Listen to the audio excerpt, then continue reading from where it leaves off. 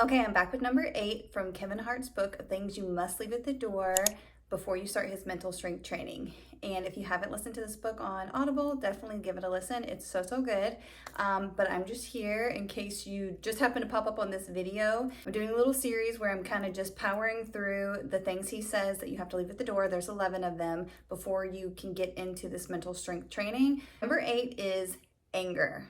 And this, for some people, just might be their specific one, because I think all of us have at least, like, obviously all of them, but a couple of the things you need to leave at the door before you can really become the next best version of yourself. And anger is one that definitely needs to be addressed and needs to be left at the door, because anger is, it's normal, but if you don't know what to do with that anger, it can make you literally sick, because disease is dis-ease, and a lot of that dis-ease comes from anger of pent-up emotions that continue to live within your body, creating havoc. And so if you find yourself with a lot of anger, definitely try to assess what is the root of the anger. And once you figure that assessment out, then the next thing you can do is ask yourself, can I change it? Most of the time, you might not be able to change it if it's something that already happened, especially if it was something out of your control.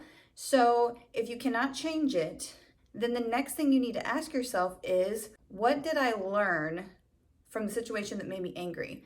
And there's usually almost always a lesson. Like, I'll give an example of here recently. I was a little irritated with a brand I was working with because they had a super vague contract, and I was like, oh, this is gonna be awesome. I could basically freestyle the video. It was gonna be kind of easy, but then also just really authentic. I was super excited about the campaign I was doing with this company. And after I did a video that I worked really hard on, well, before I did the video, I tried to reach out to the brand a few times, and they weren't responding because I had timelines on stuff I needed to get done, and they weren't responding because I sent them a script just making sure it was good. Never got a response, but I needed to get that content filmed because I had other projects I needed to work on. And so I needed to get that one done and wrapped up. So I was kind of like, you know what? The contract didn't have any stipulations. I'm just gonna go ahead and proceed with the video. I was cautious on language that I used and everything like that. But when they eventually did get the video, they wanted me to redo it because I guess they had realized that they had posted some similar content recently that caused their account to have some issues, and they didn't want their account to get in trouble. And so I completely understood their perspective, but it was very frustrating for me and definitely triggered that anger response, because I felt like they really wasted my time, and that if they had particular things that they needed not said or not done in the video, then they should have had that in the contract, and they should have specified it. So I found myself irritated, but I really do like this company, and I really wanted to continue to work with them because I do like their products. So I allowed myself to kind of feel the anger, looked at the situation from a whole, and realized as well that I probably should, in the future moving forward, if there is a contract that's very vague, be very specific with the brand before I start working on, this contract is vague. Is there anything that I need to avoid or not say? Is there any language that's not allowed to be used? Just because when you're doing ads, you have to be very careful with that kind of stuff for legality reasons.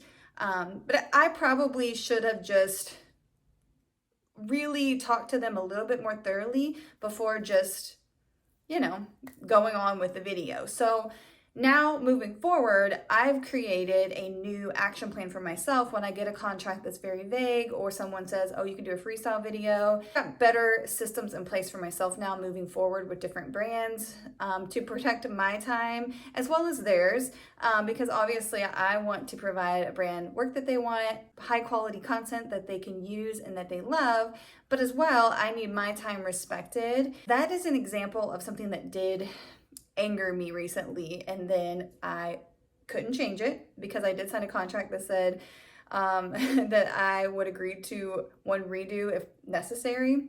I've never had to do a redo, so I never thought that would be necessary because I make sure that things are good before I actually film. But like I said, with this instance, things just didn't work out. And apparently the reason they didn't work out, in case you're wondering why they didn't respond, was because they went out on a retreat and didn't have their phones and all that, which is great. I think all brands and people should take a break from their work.